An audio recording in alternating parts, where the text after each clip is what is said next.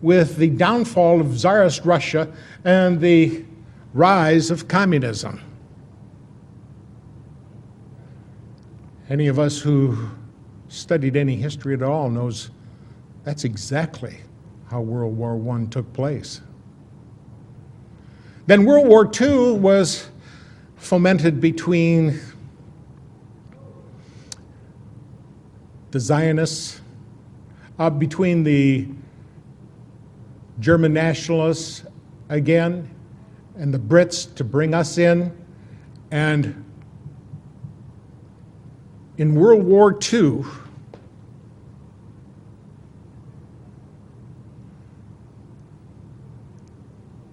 Israel was to be born. And the Zionists were given power. So since the first two wars came off just exactly as that letter said, and that letter used to hang right in the British Museum Library until 1977 when Baron Rothschild became a director. And as soon as he was on the board of directors, that letter disappeared from the library. Immediately.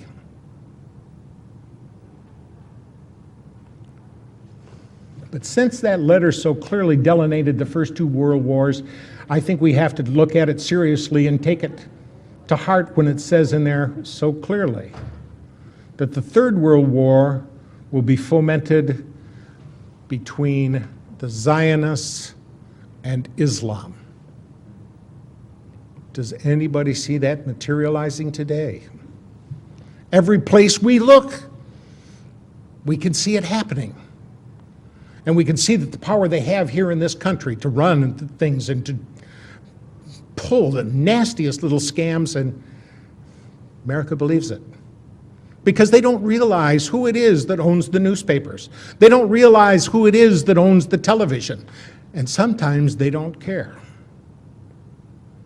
As long as there's going to be football on the Monday night and I got beer at hand, that's all that counts. Well, at least for a lot of people. And I think once they find that they have let their children and their grandchildren slip into tyranny, they may regret it. But regrets never come at the beginning, they always come at the end.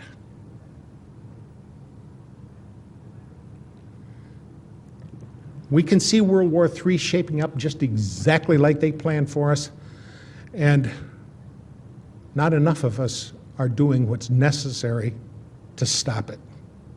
Look at all the empty seats we have here. America should be flooded to this cause. They should be interested in what is transpiring. They should be interested in who's doing what and to whom. It was right after World War I that J.P. Morgan was given the job of gaining control of the newspapers. They knew they must be able to control human thought with input. And if you can realize that the human mind is a whole lot like a computer, the old garbage in, garbage out effect takes place. If you can control what people hear and see, then you can pretty much control what they think. And they were able to utilize newspapers and now radio and television for just exactly that purpose. Now, there were 78 newspapers, major ones, that they really needed to get control of, but J.P. Morgan thought if they got 25 of them, that would be enough to control things, but it wasn't. They realized soon afterwards that they had to get all of those newspapers under their control, and we got the likes of guys like David Rockefeller, who announced that he wanted to thank the people of the Washington Post and the New York Times for respecting their pledges of discretion at the CFR and Bilderberger meetings. And he said if it wasn't for their discretion, it would not have been possible to prepare the world for a new world order. Oh, we heard George Bush say that a lot, didn't we? George Bush Sr. He was always talking about New World Order. When he went into Iraq, he said, this is much more than about one small country. This is about a big idea, about a new world order. There's a lot of people don't even know that on the back of their dollar bill where they see that all-seeing eye of the pyramid, what that means. They don't realize that's occult symbolism that was put in by these Satanists during the Roosevelt administration by his vice president, a guy by the name of Wallace. They don't speak Latin, so they don't realize that Inuit Coepitus up at the top says announcing our enterprise. They don't realize down at the bottom of the pyramid where it says Novus Ordo Seclorum, what they're talking about is Novus is new, Ordo is order, Seclorum is world, the entire world minus God. So we're talking about a new world order without God.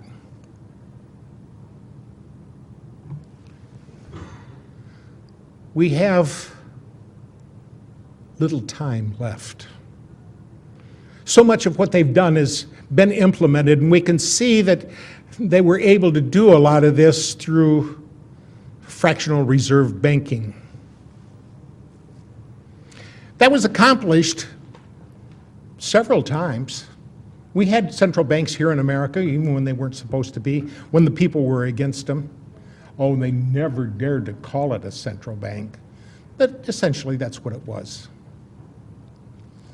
The War of 1812 was fought just because people weren't going to have a central bank, but by 1816, at the Treaty of Ghent, we had another central bank here in America. Through this fractional reserves, they are able to change prosperity and poverty. It's all done through the discount.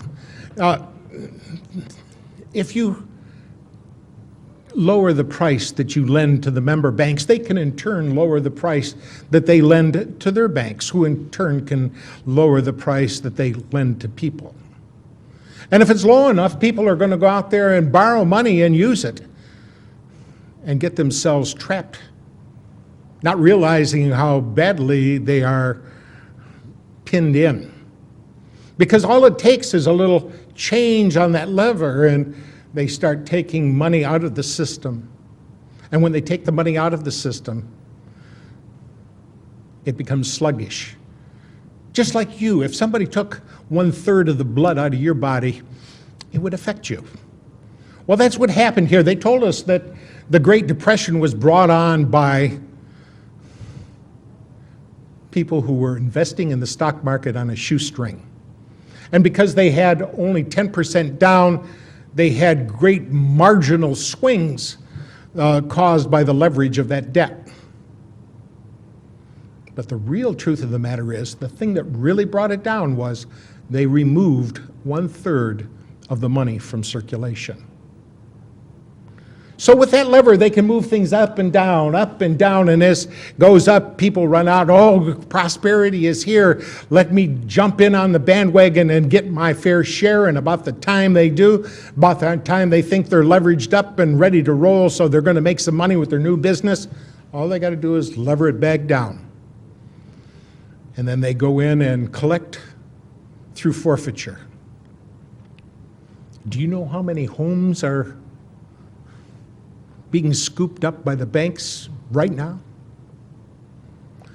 I think it's so close to the end time game here, that some of these smaller bankers are going to find out that they're getting pinched in this thing too. See, it's only the fattest of the fat cats that they really intend to have survive and prosper. They're trying to wipe out the whole middle class. I don't feel like I'm middle class anymore. I feel like I have been reduced to the impoverished. Life is not the same as it used to be. We just do not have the same kind of prosperity that we once had. And if they can have their way, and I see no reason why people in authority with as much power and leverage as they've got, it's going to be difficult to stop them from having their way. We're all going to be reduced to abject penury. Life where you won't have too